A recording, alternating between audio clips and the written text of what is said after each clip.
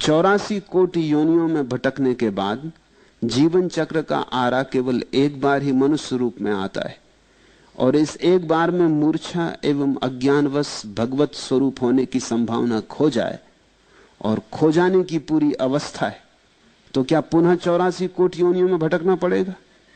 84 कोटि योनियों का अभिप्राय कृपा करके समझाइए और हमें भय से मुक्त करिए। भय से मुक्त मैं तुम्हें नहीं कर सकता, तुम ही कर सकते हो। भय वास्तविक है।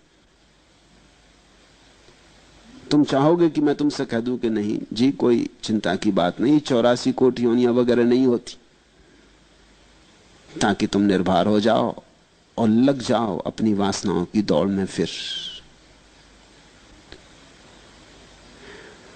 नहीं, ये मैं तुमसे नहीं कह सकता। ऐसा ही है, सत्य यही है कि ये जो वर्तुल है ये घूम रहा है। तुमने अगर मनुष्य होने का लाभ ना उठाया तो तुम मनुष्य होने का हक खो देते हो।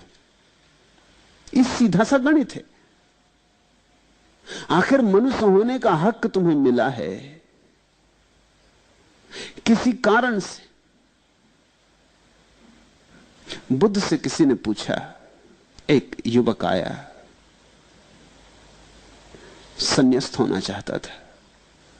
उसने पूछा कि आपको देखकर, राह पर आपको चलते देखकर, आपकी ये प्रसादपूर्ण कांति, आपका ये अपूर्व अपार्थिव सौंदर्य, मेरे मन में भी बड़ी गहन आकांक्षा उठी, मगर मैंने कभी इसके पहले सन्यास का सोचा भी नहीं था, और मैं कभी धर्म इत्यादि में उत्सुक भी नहीं रहा। पंडित पुरोहितों से मैं जरा दूर ही दूर रहा। मेरे पिता और मेरे मां भी मुझे अगर कभी ले जाना चाहते हैं तो मैं बच जाता हूं हजार बहाने करके। पंडितों की बातें सुन के मुझे सिर्फ सिरदर्द हो आता और ऊब आती, मगर आपको देख के मैं बड़ा आंदोलित हो गया हूं और एक भाव उठता है भीतर कि मैं भी दीक्षित हो जाऊं। मगर ये मेरी समझ में नहीं आता कि अनायास, पीछे कोई सिलसिला नहीं है, कोई श्रृंखला नहीं है, अनायास इतनी बड़ी बात होने की मेरे मन में कैसे कामना आ गई। बुद्ध ने आंख बंद की और उसे कहा, युवक तुझे पता नहीं, तू पिछले जन्म में हाथी था, जंगल में आग लग गई थी और तू भागा जा रहा था, सारे पशु पक्षी भागे जा रहे थे, थका मांदा तू एक वृक्ष के नीचे थोड़ी देर विश्राम करने को खड़ा हो गया। तेरे पैर थक गए थे और एक पैर के नीचे कांटा चुभ रहा था, तो तूने वो पैर ऊपर उठाया। जिस बीच तूने पैर ऊपर उठाया उसी बीच एक खरगोश तेरे उस पैर के नीचे आके बैठ गया। तूने नीचे देखा, वो घड़ी ऐसी थी कि सारा जंगल आग से लगा था। वो मौका ऐसा था कि तुझे एक बात दिखाई पड़ी, हम सभी अपने जीवन के लिए भागे जा रहे हैं, ये खरगोश भी बेचारा भागा जा रहा। मैं थक गया, मैं हाथी हूं, तो ये भी थक गया, और ये किस निश्चिंतता से मेरे पैर के नीचे बैठा, जो मैंने उठाया हुआ मैं रखूंगा पैर नीचे तो ये मर जाएगा। वो घड़ी ऐसी थी कि तू अपने जीवन के लिए इतना उत्सुक था, तेरी जीवेशना इतनी प्रबल थी कि बच जाऊं, कि तुझे यह लगा कि जैसे मैं बचना चाहता हूं वैसे सभी बचना चाहते। तुझे बड़ा बोध हुआ और तू पैर वैसा ही उठाए खड़ा रहा, और वो खरगोश नीचे निश्चिंत बैठा रहा। जब खरगोश हट गया तब तूने पैर नीचे रखा, लेकिन पैर अकड़ गया था, तू नीचे न रख पाया, गिर पड़ा। खरगोश तो बच के निकल गया, लेकिन तू उस जंगल में लगी आग में जल के मर गया। लेकिन मरते वक्त तेरे मन में बड़ी तृप्ति थी, एक बड़ी शांति थी, एक अपूर्व उल्लास था, एक आनंद का भाव था कि मैंने खरगोश को नहीं मारा, चलो मैं मर गया, ठीक। उसका फल है कि तू मनुष्य हुआ।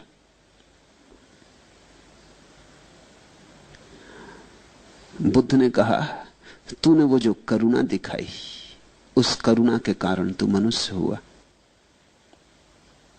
उसी करुणा के कारण तेरे भीतर ये बीज पड़ गया। बुद्ध कहते थे, जिसके जीवन में करुणा हो उसके जीवन में प्रज्ञा आती, बोध आता। और जिसके जीवन में प्रज्ञा हो उसके जीवन में करुणा आती। ये एक ही सिक्के के दो पहलू हैं।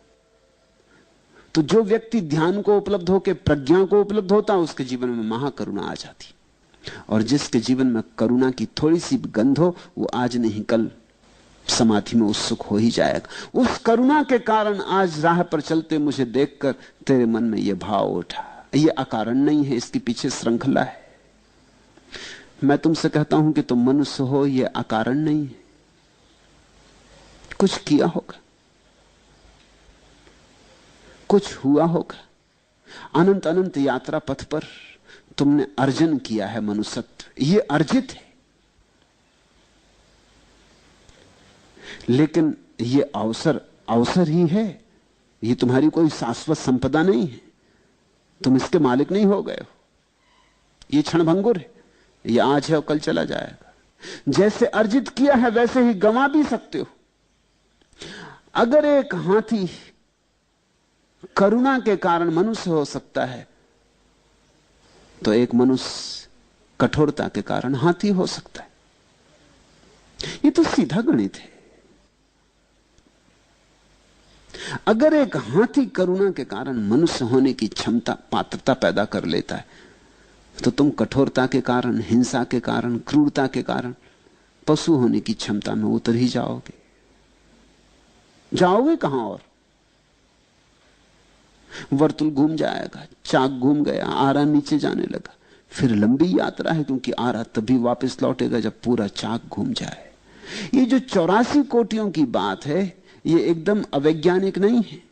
और ये 84 करोड़ योनियों की जो बात है ये केवल कोई पौराणिक आंकड़ा भी नहीं है, ऐसा ही है। अब तो वैज्ञानिक धीरे धीरे धीरे खोज करते करते इस नतीजे पे पहुंच रहे हैं कि हिंदुओं का आंकड़ा शायद सही सिद्ध होगा। इतनी ही कोटियां हैं, अभी तक इतनी पूरी नहीं हो पाई हैं, लेकिन रोज खोज हो रही। पहले तो ईसाई हंसते थे कि 84 करोड़ योनियां दिखाई कहां पड़ती। चलो होंगी लाख, 2 लाख, 50 लाख, करोड़ मान लो, मगर 84 करोड़ योनियां दिखाई कहां पड़ती। लेकिन अब संख्या करोड़ों में हो गई, क्योंकि बहुत योनियां हैं जो अदृश्य हैं, बहुत से छोटे कीटाणु हैं, सूक्ष्म कीटाणु हैं जो अदृश्य हैं। अब उनकी भी गणना हो रही, धीरे धीरे करोड़ों पर संख्या पहुंच गई। और अब तो वैज्ञानिकों को लगता है कि शायद हिंदुओं का आंकड़ा 84 करोड़ सही सिद्ध हो जाए। कम तो नहीं होंगी, ज्यादा भला हो। इतनी बात अब साफ हो गई है, जितनी नवीनतम शोधें हुई हैं उनसे बात साफ हो गई कि प्राणियों के होने के ढंग